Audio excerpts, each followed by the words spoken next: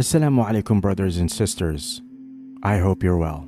A new species of virus has been discovered, and it is taking over all of the world. No, it is not any other contagious virus. Rather, it is far more dangerous. And the main targets of this virus are none other than children. The virus first attacks children's minds, and then the whole body gets infected by it. The information about this virus was given in an interview by none other than the billionaire Elon Musk, where he informed that one of his sons had this virus, which resulted in his untimely demise. Elon Musk recently gave a very personal example about his kid, Xavier, now known as Vivian, in an interview with Jordan Peterson. Musk clarified that in the difficult early days of the COVID-19 outbreak, he felt tricked into agreeing to Xavier's use of puberty blockers. Musk voiced his displeasure at not knowing that medications that prevent puberty can also work as sterilizers. He expressed his sorrow, stating that he had essentially lost his son, explaining that there is a reason it is called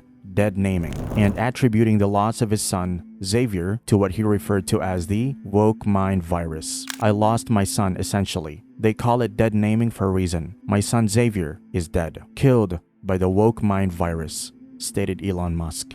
Physicians who perform gender transition surgeries on minors have come under fire from both Musk and Peterson, who labeled the practice as evil. Musk pledged to fight against what he called the woke mind virus, which he holds accountable for these circumstances. I lost my son, essentially. They call it dead naming for a reason. Yeah, All right, so the reason it's called dead naming is because your son is dead. So my son Xavier is dead, killed by the woke mind virus. I'm sorry to hear that. Yeah. I can't imagine what that would be like. Yeah. All right, so let's... So I vowed to destroy the woke mind virus after. Why are you willing to make this an issue, do you think? Well, it's sort of like the happened to one of nameless issue. It happened to one of my older boys, where I was essentially tricked into signing documents for one of my older boys, Xavier.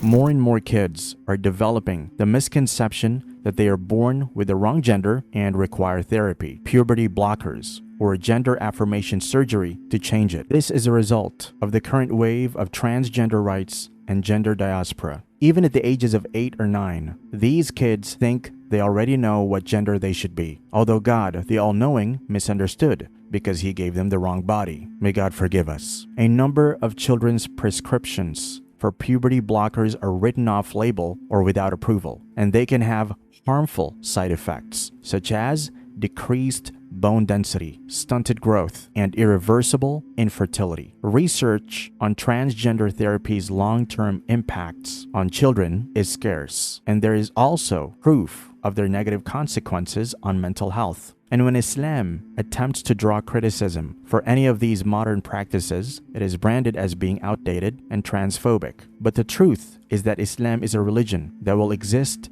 till the end of time. Thus, its laws will always be relevant. The gender of any child is decided by none other than Allah subhanahu wa ta'ala when the fetus enters his 4th month of conception. And that assignment of gender is the most correct one because it was given to us by not any doctor or surgeon, but by all-knowing and all-seeing Allah subhanahu wa ta'ala. Whoever rebels against the laws of Allah subhanahu wa ta'ala will not find solace even if they change into whatever their hearts wishes for. Nobody, no matter who they are, can change the gender of Allah's creation. May He be exalted from male to female or the other way around. When someone ever feels to change the creation of Allah subhanahu wa ta'ala, remember one thing: these are nothing but the whispers of shaitan.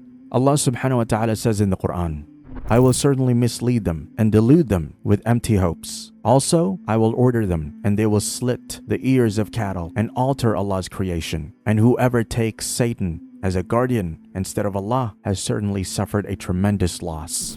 In the interview, Elon Musk stated that he has vowed to destroy this woke mind virus. Certainly, he got a bit late in realizing his enemy, and because of which he has to lose none of his sons. We hope that other parents too realize what dangers lie ahead of their children and take a step forward to safeguard them.